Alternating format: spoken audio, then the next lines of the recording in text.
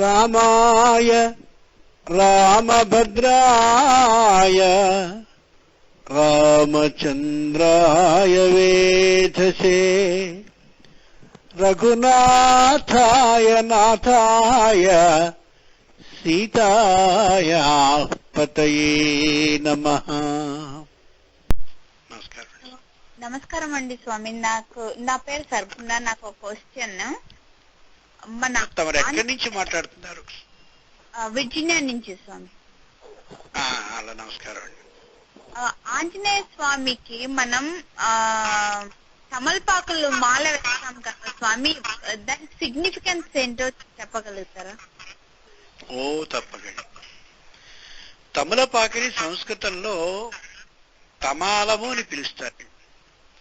లోకంలో చిత్రం ఏమిటంటే, చల్లనైనటువంటి తనం అన్ని ఆకుల్లో ఉన్న పూర్తి చల్లనితనం తమలపాకులో ఉన్నంత చల్లనితనం మరి ఏ ఆకులోనూ మనకు కనిపించదు.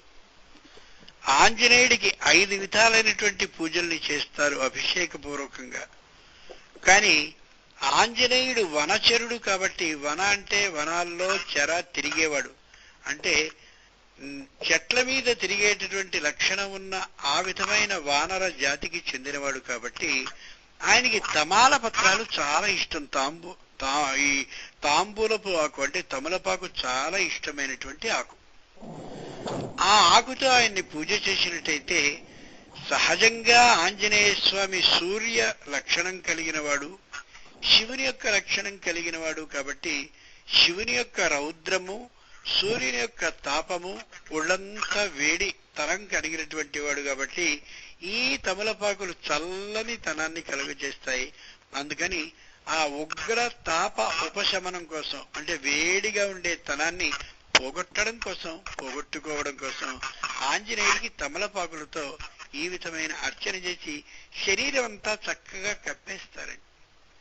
ఆ తమలపాకు పూజ చేసినంతసేపు కూడా ఆంజనేయుడు, నేను అశోకవనంలో విహరిస్తున్నాను, సీతమ్మ దగ్గరికి వెడుతున్నాను, సీతమ్మతో మాట్లాడబోతున్నాను, ఖచ్చితంగా రామచంద్రుడికి ఇష్టమైన పనిని చేయబోతున్నాను అనే భావనలో ఉంటాడట.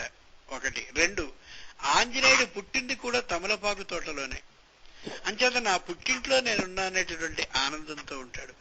ఎంత విద్యావేత్త అయినా, ఎంతటి ఉద్యోగంలో పెద్దవాడైనా, ఏ ప్రదేశానికి వెళ్ళినా కూడా తన చిన్నప్పటి ఆ సంఘటనలు, చిన్నప్పుడు తానున్నటువంటి చెట్టులు, పుట్టలు, ఇళ్ళు ఎలా అయితే గుర్తుంచుకుని ఒక తీరు ఆనందాన్ని పొందుతాడో అలాంటి ఆనందాన్ని ఆంజనేయ స్వామి ఈ తమలపాకు తోటల్లో చక్కగా పొందుతాడు అనేది యథార్థం. స్వస్తి.